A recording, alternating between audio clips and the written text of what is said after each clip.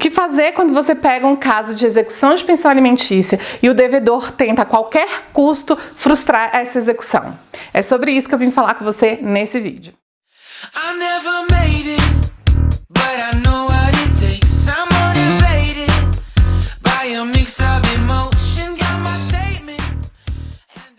Olá, eu sou Brenda Viana, doutora honoris causa em Direito de Família, advogada, professora e palestrante. Seja muito bem-vindo ao meu perfil Advogada de Família. Aqui eu trago conteúdos teóricos, práticos e faço estudo de casos. No vídeo de hoje eu vou trazer um estudo de caso falando a respeito do que você pode fazer quando existe um devedor de pensão alimentícia que tenta a qualquer custo frustrar essa execução e apesar de você até localizar bens dele, você não está conseguindo entregar atividade satisfativa para o seu cliente. Mas antes de você entender tudo, vamos esclarecer algumas coisas. A primeira delas é que se você ainda não faz parte da rede Advogada de Família, eu te convido a fazer parte e a conhecer. Eu estou presente no YouTube, Instagram, Facebook, podcast, com artigos no Jus Brasil e também com conteúdos exclusivos no canal no Telegram. Eu converso a respeito de direito de família e sucessões de uma maneira dinâmica e divertida. Então vem fazer parte da rede Advogada de Família, que é gratuito, faz bem e é feito com muito carinho. Por fim, eu só quero deixar claro que o que eu vou fazer aqui agora é uma análise técnica. Isso quer dizer que eu não vou dar minha opinião pessoal a respeito do caso ou das partes envolvidas. Então vamos lá? O caso que eu trouxe para a gente fazer um estudo hoje aconteceu no Rio Grande do Sul. O pai, que era devedor de alimentos, ficou de 1994 até 2004 sem pagar pensão alimentícia. 10 anos. O valor totalizava mais de R$286 mil.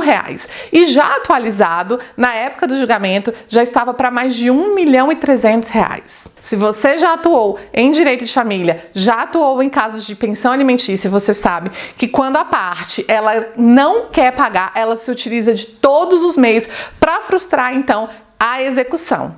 E isso aconteceu nesse caso. Foram localizados alguns bens que foram apreendidos e quando esse arresto iria converter em penhora, o devedor interpôs agravo de instrumento, que foi denegado, embargos à execução, que foi julgado improcedente, e depois embargos de terceiros, que suspendeu a execução.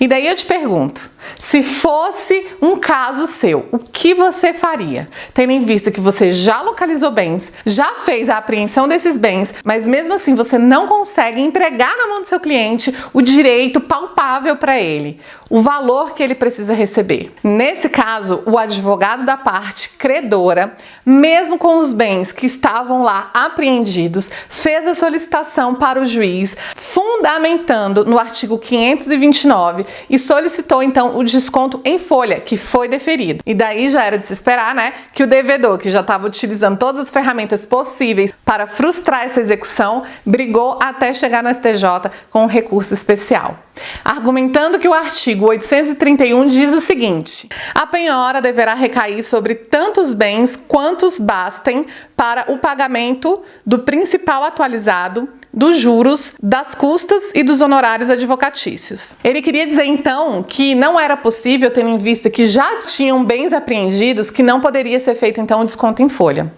E a gente, como advogado, muitas vezes fica preocupado com aquela parte devedora que não tem bens. E nesse caso em concreto, o devedor recebia um salário de mais de R$18 mil.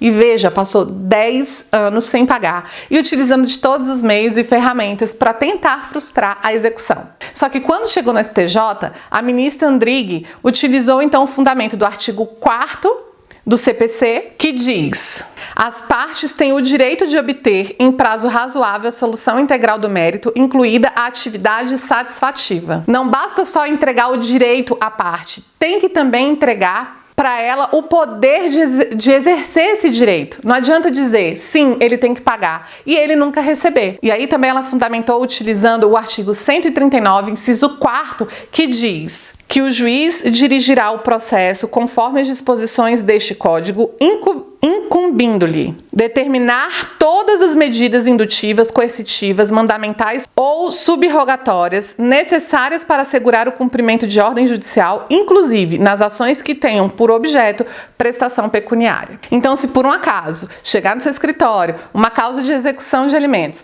você tentar todas as formas, até localizar bens, até conseguir apreender esses bens, mas continuar com a execução frustrada, o que você pode fazer é como esse advogado fez, fazer a solicitação então de desconto em folha.